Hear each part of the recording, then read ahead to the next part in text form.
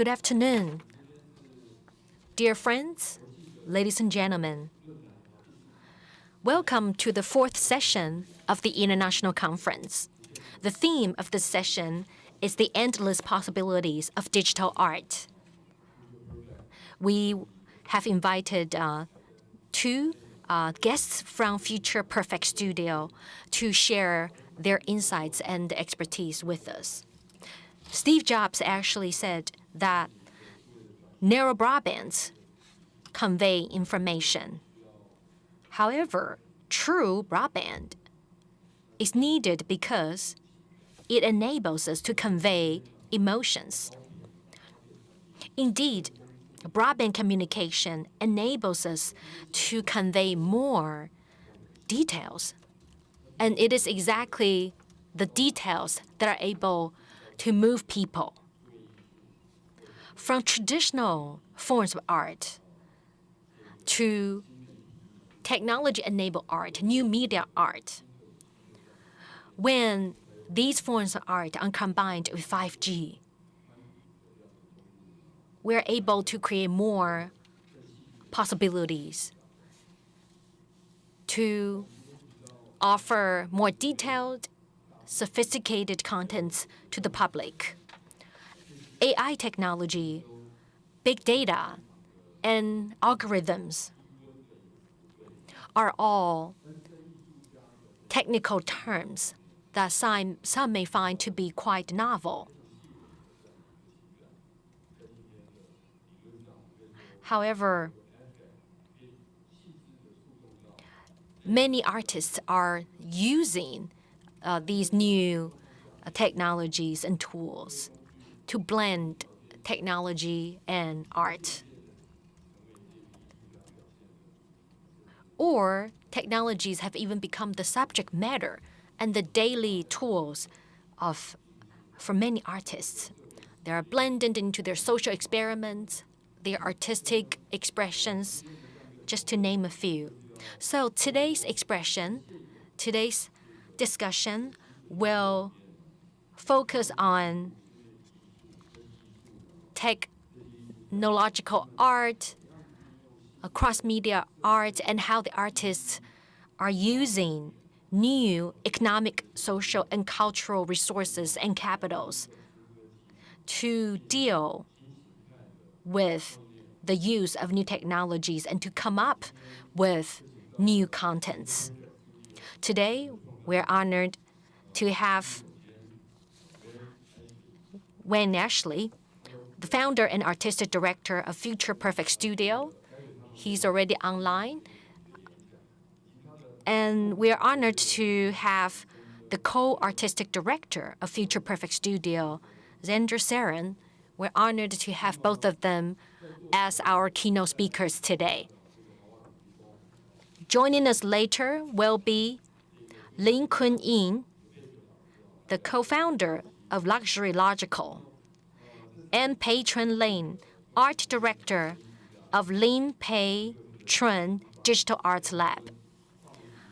The two Taiwanese innovators will join the panel discussion after the presentation by Future Perfect Studio. I know that those of you in attendance today and those of you joining us online are eager to raise questions. So after the panel discussion, there will be 10 minutes for Q&A. Please feel free to raise questions on the showground or using our Slido software if you have any questions. So for those of you joining us online, please scan the QR code on the screen to bring up the software to submit any questions that you might have. We will select a few questions for our panelists to answer during the Q&A. Now, without further ado, I would like to turn our program over to Wayne and Xander from the Future Perfect Studio. Please go ahead and start your presentation. 谢谢大家。 I just want to make sure that we have our presentation up, yeah? Yeah, I think now you can start your presentation. And Okay. We have all prepared for that. Okay. Xander, did you unmute? You,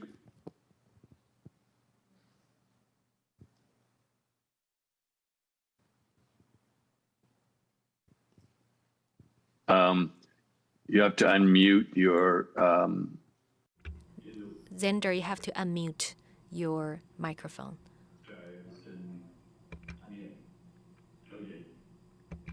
Hi, thank you all. Sorry for this delay. Great, nice to be here. In 2009, Future Perfect's first project sent 3 people to the hospital after experiencing convulsions, hallucinations, and temporary memory loss, and induced euphoria and panic in hundreds of others. The work was called Z by the artist Kurt Henschlager. We built Z in a huge room filled with fog, so thick you could barely see your hand in front of your face. When the audience entered the room, powerful strobe lights began pulsing, which the artist controlled, manipulating their speed, intensity, and color. Well, it happens to be that pulsing lights are one of those stimuli that causes the brain to become unstable. And this instability creates a curious effect. The architecture of the brain reveals itself to itself, projecting onto the retinas the most vivid, pulsing, hallucinatory mandalas.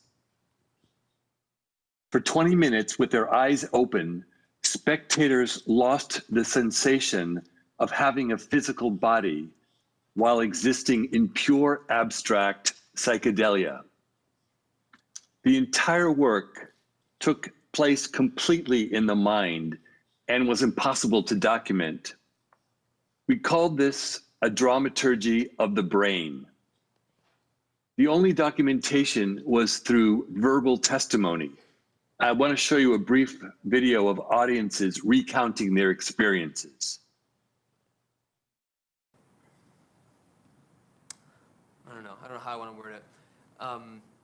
It's really hard to say something smart about something that's so like purely sensual. It's just light.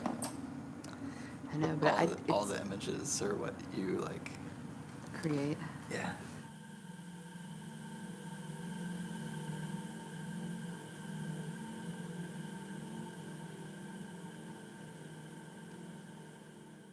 That was the most insane thing I've ever been a part of. At first, it was extremely uncomfortable. I really wanted out. The anxiety was... Almost scary. He opens the first door and it's just like boom. Once your visibility starts going, you're kind of like, okay, whoa, what's happening? I was in there for 20 minutes. I would have guessed like 2 minutes. It did feel a little bit like death. You know, like if you don't have a body, is this what your existence is like? If you went to heaven, like it felt like you would be like entering heaven. I've never felt like that, ever. That like happens so purely in your own brain that it's impossible to even compare it to anybody else's. Forms are appearing in front of you.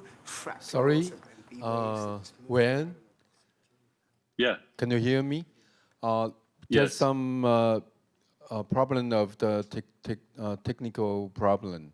Can you pause your film or for Yes. waiting for a moment? Okay.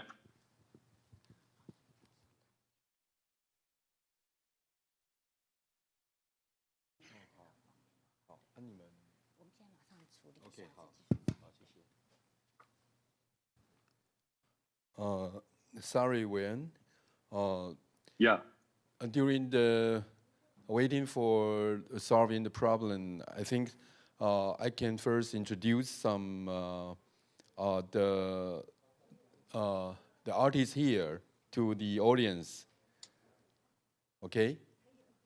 Okay. Okay. Now we have solved the problem. Yeah. Thank you. Okay. I think I'll pick up with the Z video because we didn't get to see that. But the video, as Wayne mentioned, that you're about to see is audiences recounting their experience after entering this hallucinatory installation that we built. I don't know how I want to word it. It's really hard to say something smart about something that's so like purely sensual. It's just light. I know, but All the images are what you like. create. Yeah.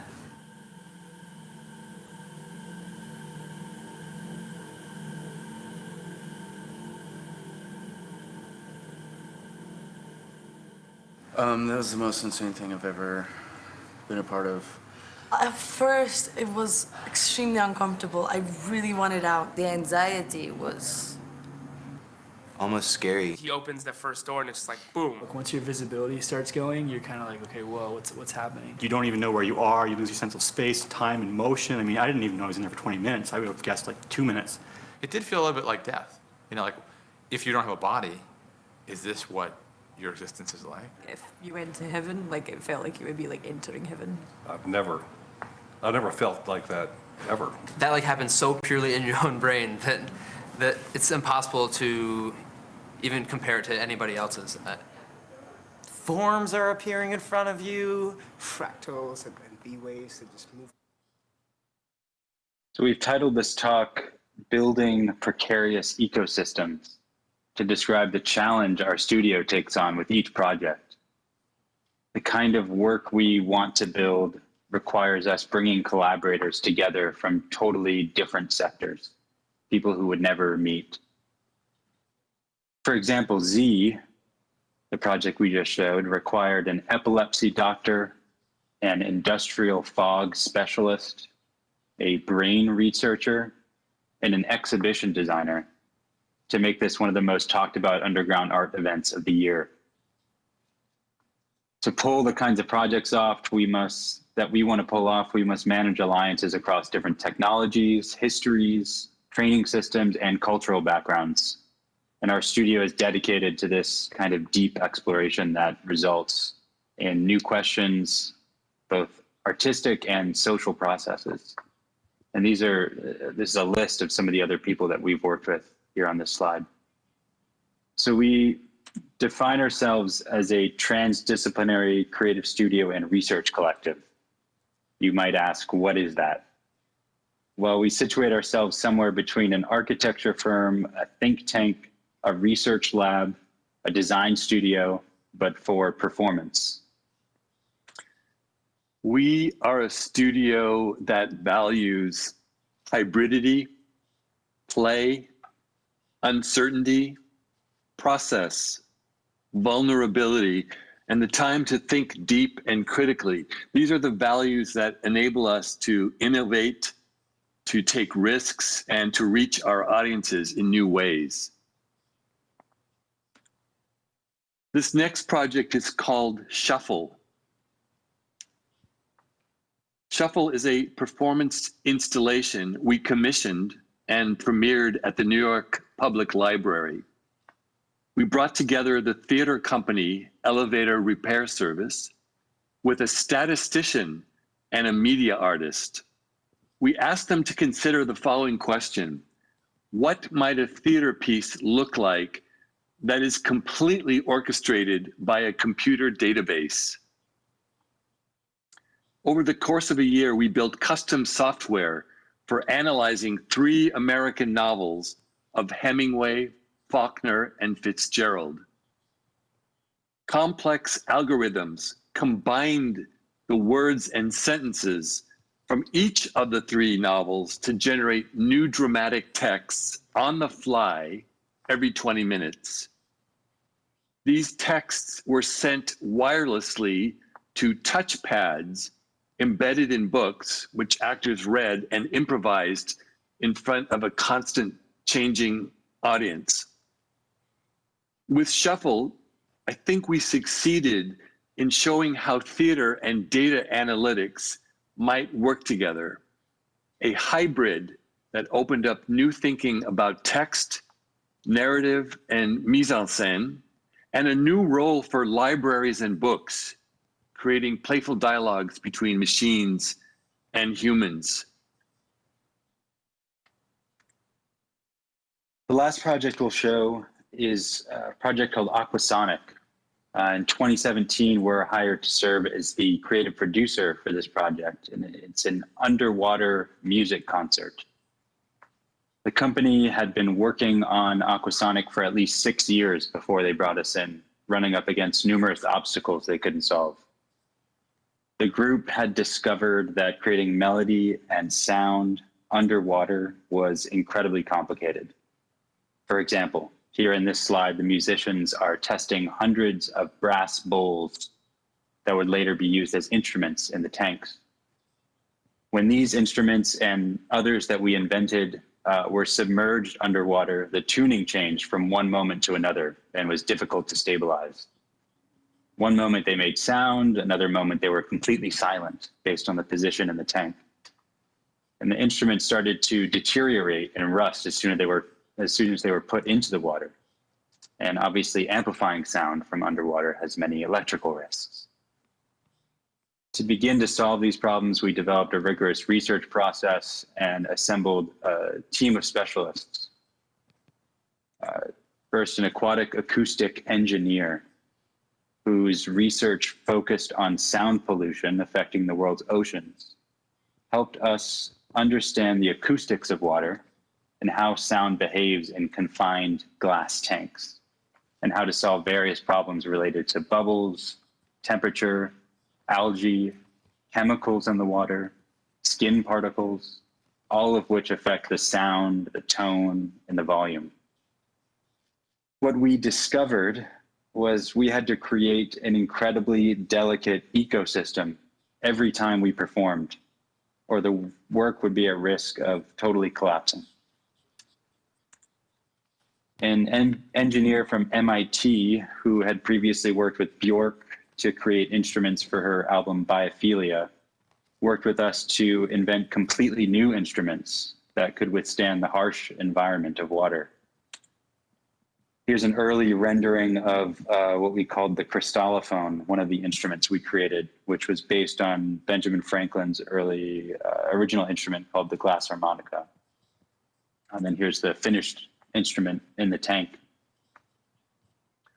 Then we brought in a British electronic engineer turned cymbalsmith who had to spend months tuning each of these instruments because underwater, their tones would shift, becoming slightly flat or too sharp.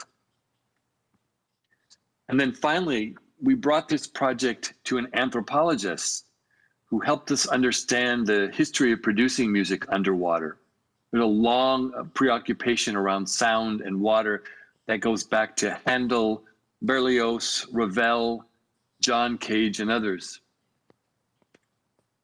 And the work premiered at Operadagen and went on to tour worldwide. And we'll show you a few more images from the work here. Here's one of the musicians submerged in one of the tanks. You can see the crystallophone in front of him, and what he's playing is a carbon fiber violin that is made to withstand this environment. And then this is another photo of all 5 musicians in each of their individual tanks. And on the right, you see a clear instrument that's submerged in the water. And what that is a underwater organ that we developed that actually uses water vibration instead of air to produce tones and melody. So in this work, the musicians also sing, and they developed a special singing technique. A lot of people ask us whether or not the musicians have oxygen tanks or some kind of apparatus to help them breathe. They actually hold an air bubble in their mouth and circulate the oxygen back and forth, which allows them to be submerged for long periods of time. They had to train with scuba divers to develop this way of singing. And we'd like to end this presentation with a short clip of Aquasonic, and a tremendous thank you to Taika for inviting us to be a part of this gathering. We hope to meet many of you later. Thank you.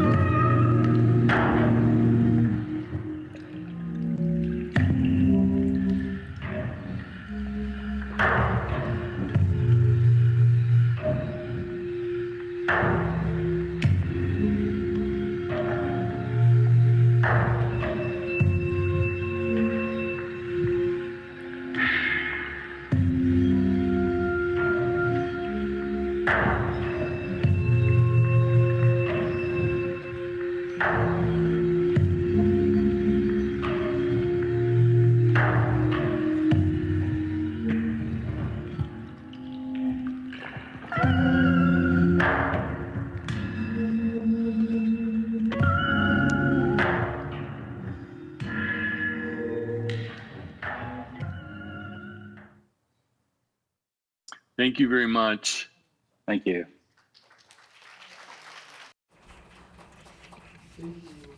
Thank you, Wen and Sander. Fantastic presentation. 非常非常精彩哈。那么 That was wonderful. Can we give them a round of applause again?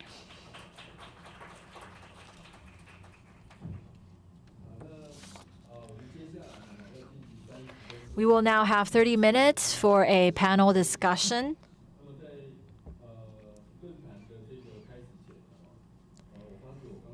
Before we dive in, I actually forgot to introduce myself. I am an associate professor at the doctoral program in art creation and theory at TNNUA, and I work with artists all the time. We have a lot of artists who are introverts working with us. And so it's such a pleasure and an honor to be a moderator here at the Taiwan Creative Content Fest. And now I would like to introduce the two panelists that are here on site. First of all, we have Lin Kun-ying, co-founder of Luxury Logical. And we have Lin Pei-chun, art director and also artist at Lin Pei-chun Digital Arts Lab. 所以接下来 So we'll ask the two panelists here in Taipei to briefly introduce themselves and talk about what they've been doing. What are some projects that are ongoing before we dialogue? So ladies first, I'd like to ask Ms. Lin Pei-chun to begin. Thank you. Thank you, Dr. Gong. And thank you to all of you. It's an honor and a pleasure to be here at the Creative Content Fest. Just as the moderator said, I am a digital artist. I've been at it for 20 years. And in the past 2 decades, we've seen the education of digital arts in Taiwan burgeon. And also, we saw the establishment of the digital education department at the Taiwan University of the Arts. And we've seen how the fruits of digital arts have blossomed in the past 20 years. I have a solo exhibition ongoing at the Tainan Museum of Fine Arts at the moment. So her project is called Eve Clone. This is a transmedia project. And this has received great acclaim within Taiwan. Called The Revelation of Eve Clone by Lin Pei-chun. And now let me turn it over to Lin Kun-ying from Luxury Logical. Hi, my name is Lin Kun-ying. My team is called Luxury Logical. Our works have always involved different technologies as well as art. And recently we've been focused on how do we work across different disciplines so that different professionals from different fields can work on the same timeline, and how we can integrate these professionals. I just took a photograph of when our two speakers were talking about shuffle. There was a credit saying that you have sound artists, you have scientists, you have people in electronics and gaming. And we are focused on also realizing that kind of vision because it's so interesting. When we talk about the same issues across different disciplines and think about how to execute and realize that, this is something that we at Luxury Logical is aiming to do and what we'll continue to do as well. Thank you for that opening. And from Wayne and Xander's presentation, they talked about the precarious ecosystem. And at C-Lab in Taiwan, I served as the deputy CEO for 2 years. And I was really curious. This kind of subtle and vulnerable ecosystem, as Wayne and Xander talked about. How do we form this kind of collaboration and this kind of ecosystem is something that we would like to focus on. It has transcended the level of technology to become even more. And what Wayne and Xander said, the three examples they gave, Z and Shuffle, as well as Aquasonic, the three different projects were quite complex in terms of its ecosystem. And I feel like that's something Taiwan is pretty weak at. We are not that adept at cross-discipline collaboration, even though we may have the facilities, the technology, and also the content or the software in place. However, when it comes to more complex social experiments, it's not easy to integrate. So I'd like to ask the three groups of artists, Wayne and Xander, as well as the two panelists. I'd like to ask you two questions. First of all, when we think about the essence of art, and when art is combined with technology, in your presentations, you also talked about effect. What you're trying to do is to come up with a kind of subtle effect. For example, for the Aquasonic project, this underwater concert that's going on, I realized, wow, the musicians, they can breathe underwater. That was beyond my imagination. It was quite touching. When I see the singer performing, it sounds like a whale singing. But at the same time, it transcends the sounds produced by a whale. So how do you use this kind of subtle but vulnerable ecosystem and work together to form a new kind of experience or form or art that is warm and that is effective? That's something that every artist is trying to think about. And also for Taiwan Creative Content Fest, TCCF, what we are concerned about is that once you come up with a plan for these projects, for example, the three projects that you talked about, I'm sure that for the two panelists here, Kun-ying and Pei-chun, they've also excelled artistically. However, for art projects, for them to become commercialized, how do you work with the creative content, but also to gain the financial support. That is complex as well. It also takes teamwork. And you need to persuade people. So I'd like to ask the three groups to answer those two questions.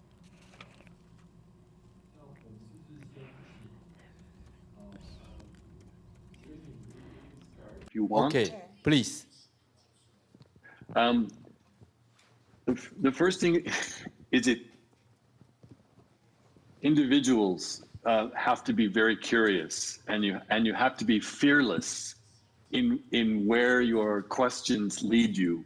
And so both Xander and I are immensely curious. We're not afraid of meeting people outside of our field. In fact, we purposely and intentionally go to, for example, conferences that have nothing to do with art. I have been going to anthropology conferences, I go to folklore conferences, I go to new media conferences. I'm also involved in the performing arts industry. So I go to marketplaces where I meet dancers and directors and musicians. I also go to technology conferences where I'm learning about software and new hardware.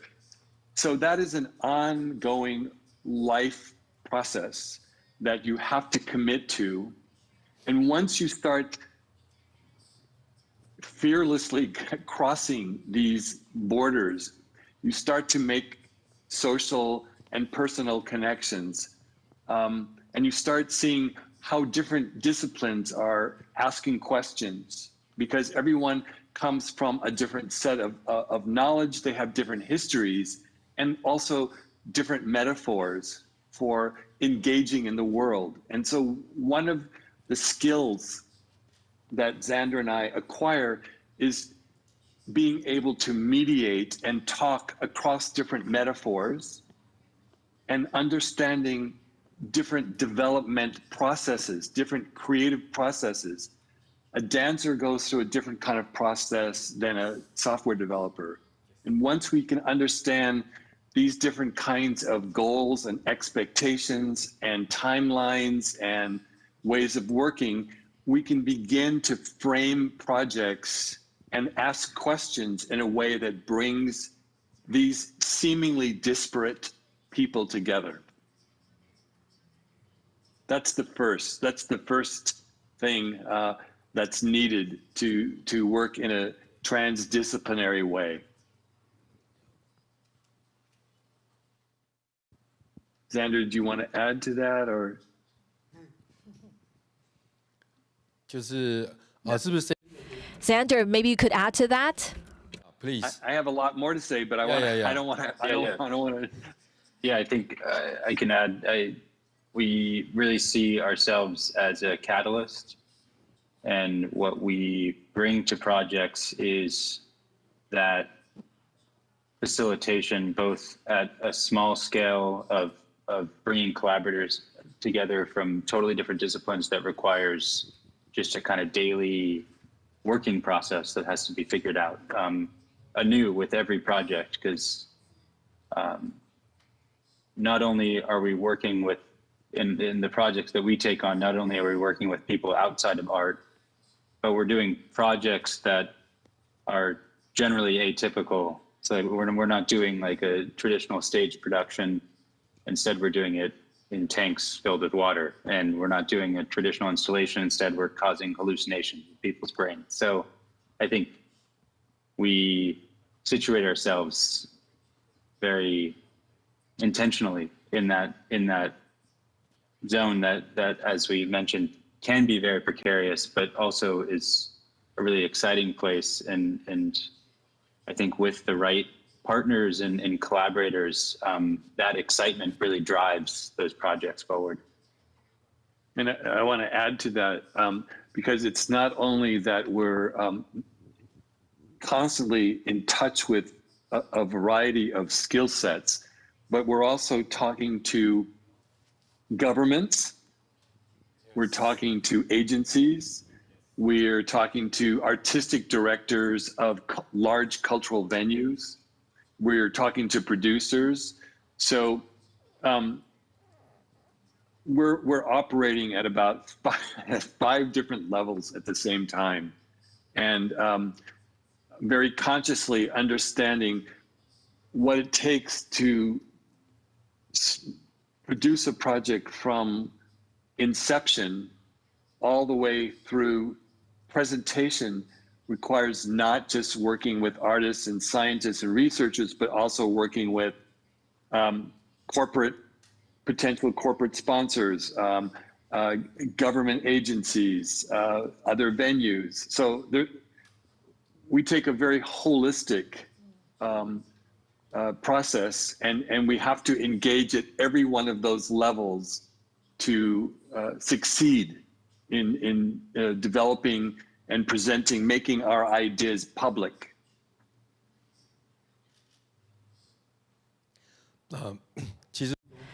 Right. Philosophically speaking, that kind of transcendence across different layers. You need to work heterally in a way to think across different disciplines. So that is a metaphor. And in different disciplines, you need to engage with people that think differently, that are completely different from you. That is extremely challenging, especially within the establishment. You need to be able to transcend the barriers given to you by law or other regulations. And I think these two artists here also have experience in that regard. Let's have Ms. Lin speak first. Wayne talked about his experience. I admire his points of view. He's full of passion. He's open-minded. And he is willing to go into different domains, even domains that he is not necessarily familiar with, in order to experiment. I have been working on new media, digital media, education for over 20 years. Recent developments always excite me. When I interact with people, when I exchange opinions with them, I always learn something new. So I take those thoughts back to my field to create new ideas, to make new associations. However, I often run into obstacles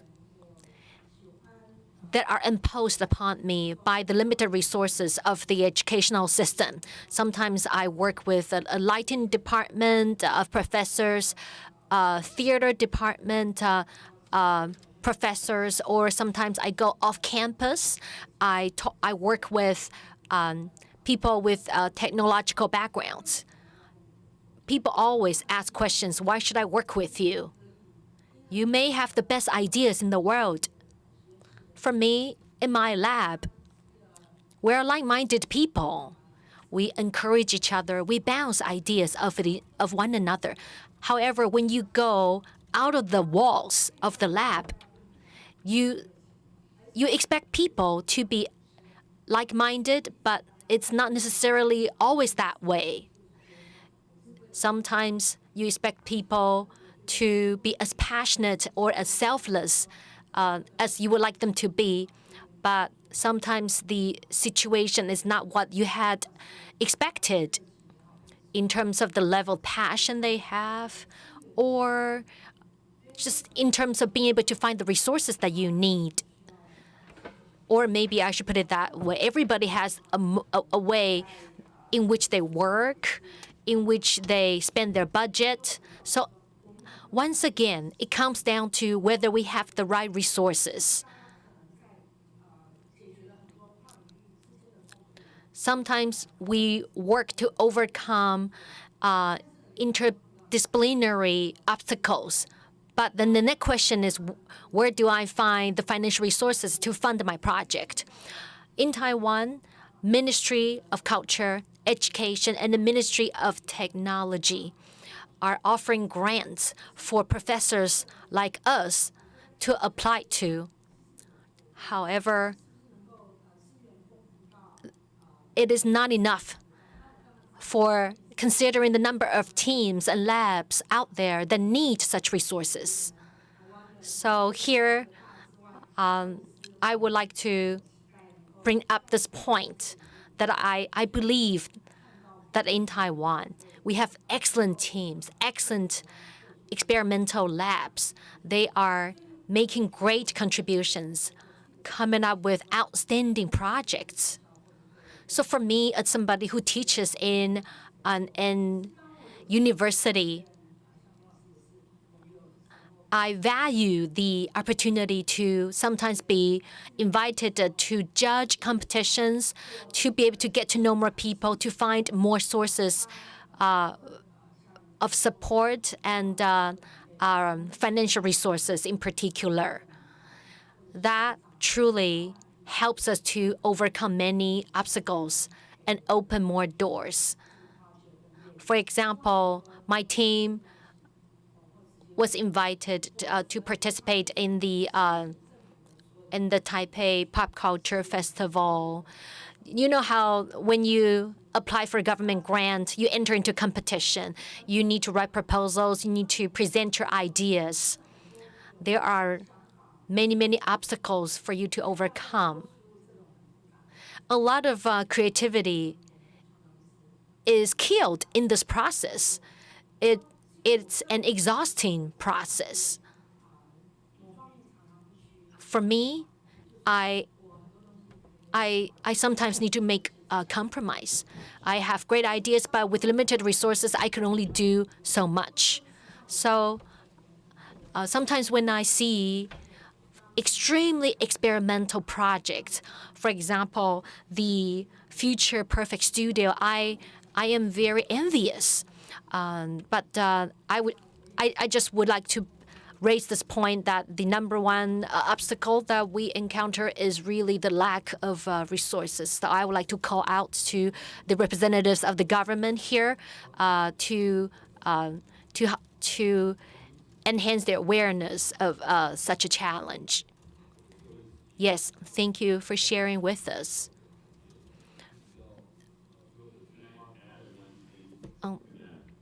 Okay, please. So I've been in the university system for 12 years. I have a PhD in performance studies. And then I left academia and I went into cultural production. I became the director of art and technology at one of the largest cultural institutions in New York City called Brooklyn Academy of Music. And I wanted to speak to this issue of institutionalization.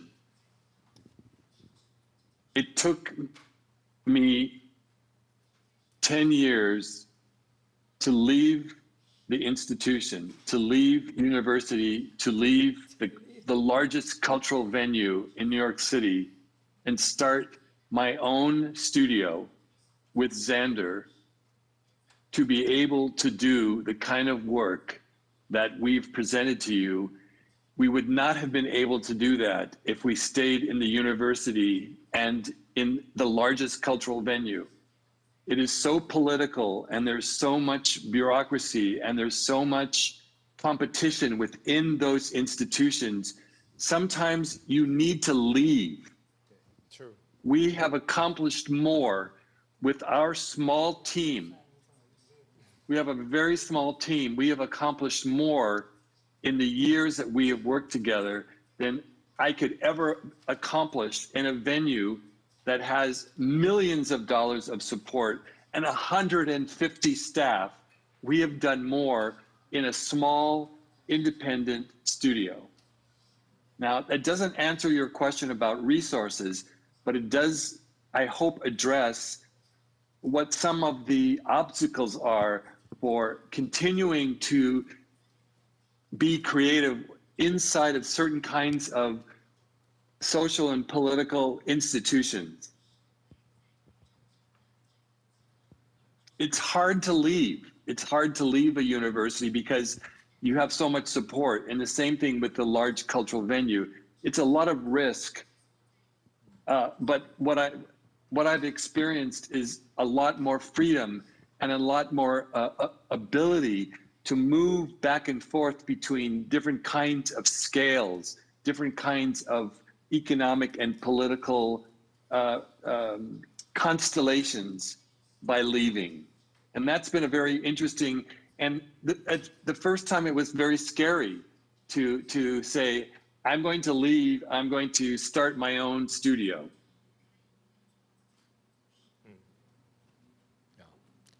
When I totally agree with you. Yeah. Yes. 我也很想离开大学。 I would like to leave my university as well. I have worked in C Lab. Thank you very much. Wait for me. I'm later get on. 所以我觉得的确。 I think sometimes the inherent problems lie in the institutions themselves. We all agree. For example, let's look at the Luxury Logical. It is able to do so much. It is not a large institution. It is not an academic research institution. So let's hear from Lane from Luxury Logical. When Wayne was sharing his experience, I was really touched. Taiwan and the U.S. are two different societies. There's one kind of talent that is lacking in Taiwan, or that is rare. People with confidence. That's what's lacking here. With confidence, you're able to tell people what exactly you're doing, what the steps are, what the processes are, how to go about each process. We need that kind of clear-headed talent. You need to know what your capabilities are and limitations are, professionally where you stand. And for me, people here, I see that a lot of talent in Taiwan are quite passive. So for Luxury Logical, we spend a lot of time training our partners, our employees, to be able to express themselves clearly and to just have confidence and have faith and not fear criticism. Sometimes people on a team think too much. They think about the premise. They think about the preconditions of the preconditions. They come up with reasons why this cannot happen. And I think it's important to bring like-minded people and build that confidence, that faith that we should have. So sometimes when you work collaboratively, interdisciplinarily, that sometimes when you talk in a smallholder, an independent farmer, you look at them, they talk like artists. And we are able to communicate and collaborate. Let me share with you this really interesting project, which is Interchangeable Parameters. In the world of physics, we have waves. So what are the parameters that are interchangeable? Decibels goes from 0 to 100, goes from red to black. So here the parameters can be aligned. For example, the decibels and the colors. So when you talk about parameters, interchangeabilities, we enjoy that kind of conversations. But when you have a interdisciplinary team, you get to have that conversation. You get to talk about the stars in the sky. You get to be creative, and you get to spark ideas. You get to feed into each other's thoughts and passion, and that is contagious. Luxury Logical had never formed any alliances with any schools, but we have applied for government grants. That's when we started to realize there's a lot to do when you receive government grants. We tend to work with different types of people. Number one, we work with what we call masters or experts. They have a childlike heart, just like Wayne, just like Xander. They are children at heart. And so they're able to think outside the box. They have very solid academic training, but they are able to ignite passion in you. And the second type of people we love to work with is people who can share. People who have knowledge. This knowledge may be esoteric. This knowledge may be inaccessible, but they inspire awe in you. You look up to them. So we also like to work with people who can share their knowledge. And we also like to work with people who are optimistic and people who can communicate. So these are the people that we love to have on our team, regardless of what kind of projects we're working on.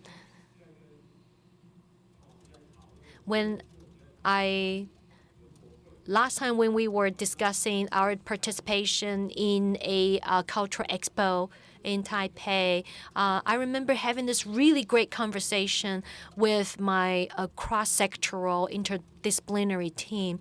The conversation had already gone beyond just about culture, art.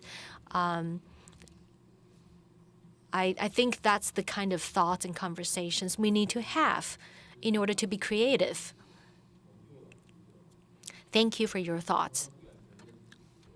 As a moderator or as a professor, sometimes people fear to admit that I don't know and I need to learn from my students. Just as you said, Sander and Wayne talked about the metaphor and Queen talked about the mountain.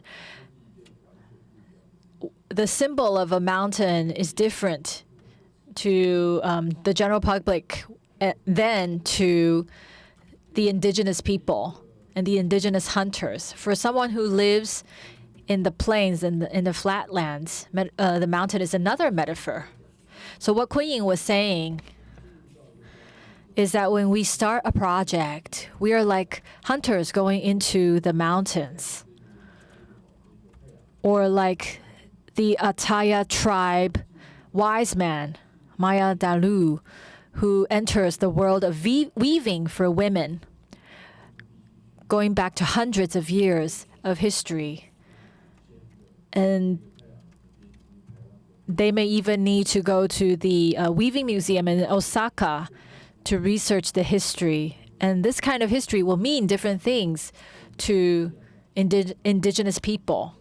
When they see that a century or 2 centuries ago, there were unique ways of weaving that were beyond their imagination.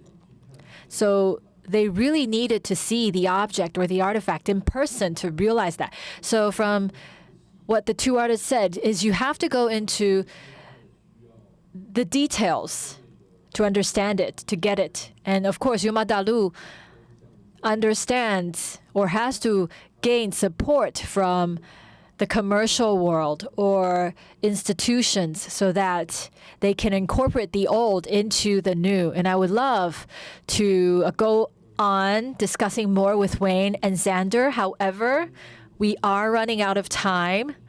We should open up the floor for the Q&A. So let's open up the floor for questions. We do have many questions on Slido for our presenters and also panelists. But before we go into Slido, let me ask if there are any questions from the floor.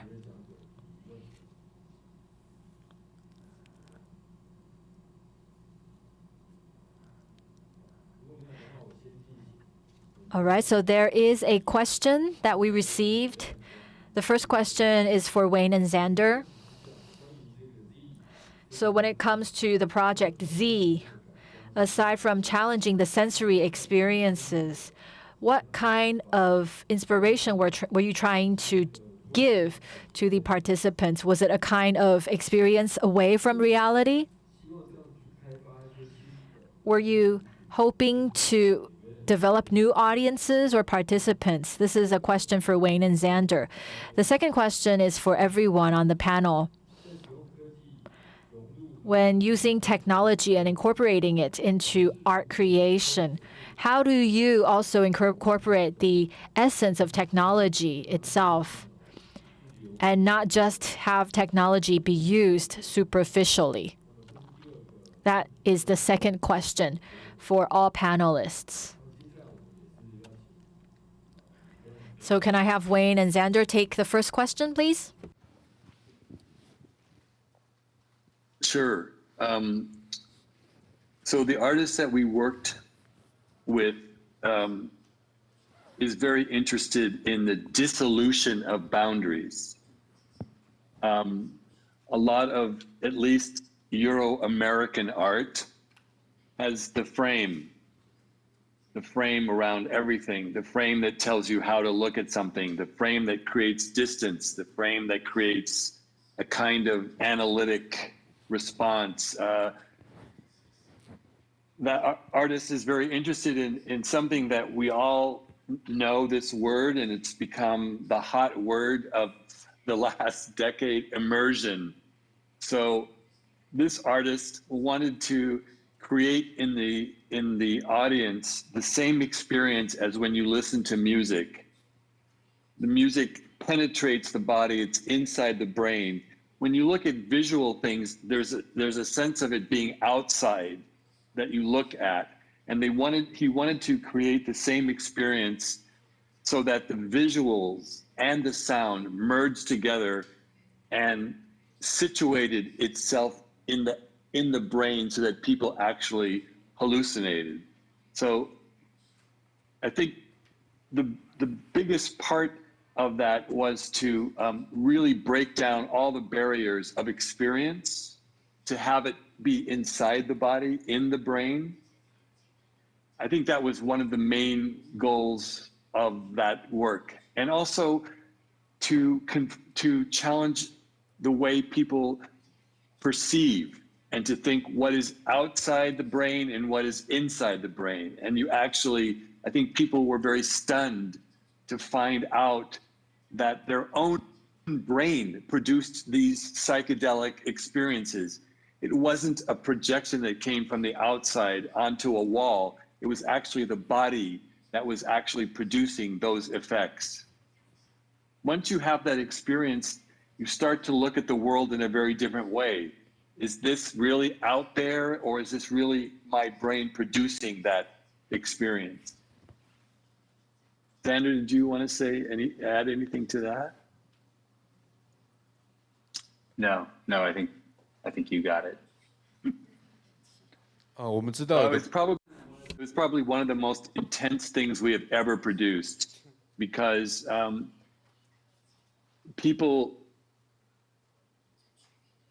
some people are so sensitive that we had actually situations where we had to bring people to the hospital because the experience was so intense.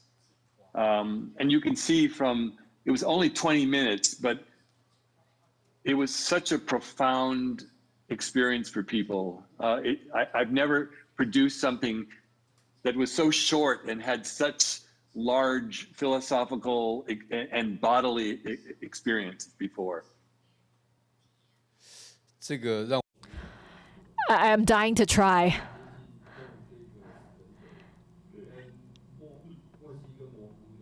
It's like consuming mushrooms in a way. But you're using different conditions to create this inside the brain theater and concert. It's very hard for me to imagine. I can only experience it. What about the two panelists here? Anything you'd like to say in regards to the questions? How do you get to the essence of technology and not only use it superficially as a part, or for it to become a part of the art or creation? It's something that people have been discussing for years. People feel like technology is cold, relatively speaking, and when you use technology in art, what does it mean? And we see artworks that use technology for the sake of technology, or for the sake of using technology. You may be amazed, but then so what? What is behind it? What is the essence of art in those projects? And that's been discussed quite extensively. However, in my lab, when I use technology, what I've realized is that for a lot of projects without the technology in place, whatever you're trying to convey, or if you're trying to convey something that is virtual or that transcends the times, certain sensory or interactive experiences without the technology in place or available, it's not possible for you to do. So I think technology and art, they complement each other. There's this kind of intersubjectivity or subjectiveness. So using technology, we can convey certain things that are non-technological. And using technology, we can convey our ideas behind art. And by doing that, I think technology won't just remain a medium or just a vehicle. So I think it's this kind of complementary relationship between technology and art that will generate new experience that may be infectious. And by then, technology won't only be technology per se.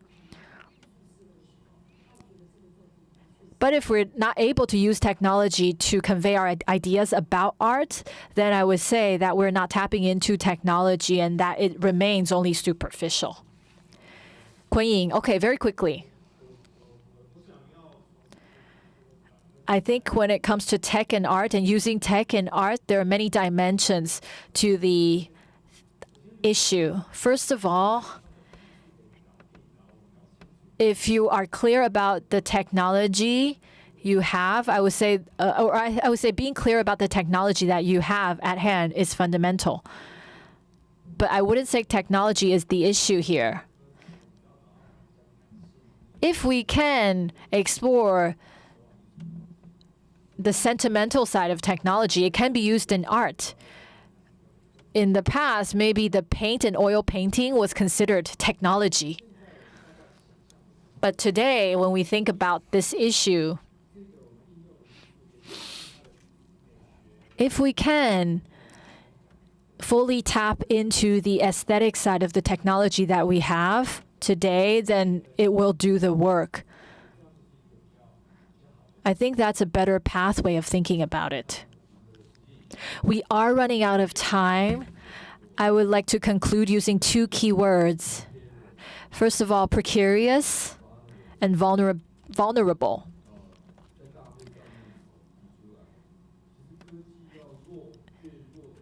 The weaker the technology, what does it mean? The more subtle the technology or the way that it's used, the more subtle technology is expressed, the more infectious and the more emotions it may generate.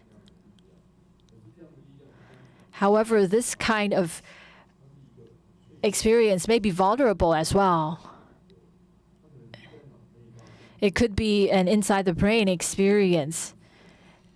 Vulnerable yet intense and powerful. And it may be unforgettable for the audience or for the viewers. So using subtle or obscure ways, we may approach the senses, however, leaving an intense experience. And we all need to support this kind of creativity. Thank you, everyone.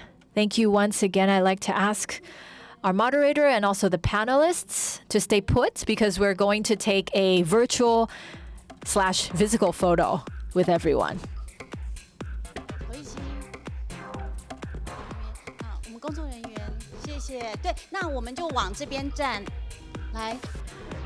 Could I ask everybody here on the floor to move over to the screen so we take a photo with Wayne and Xander?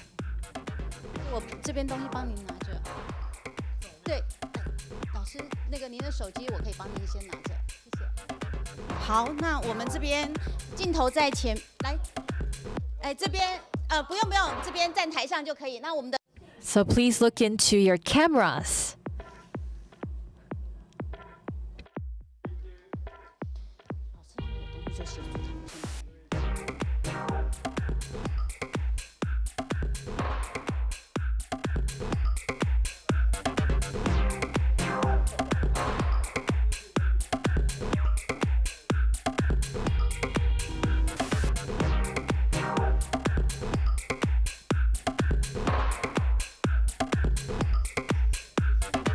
谢谢。Thank you so much.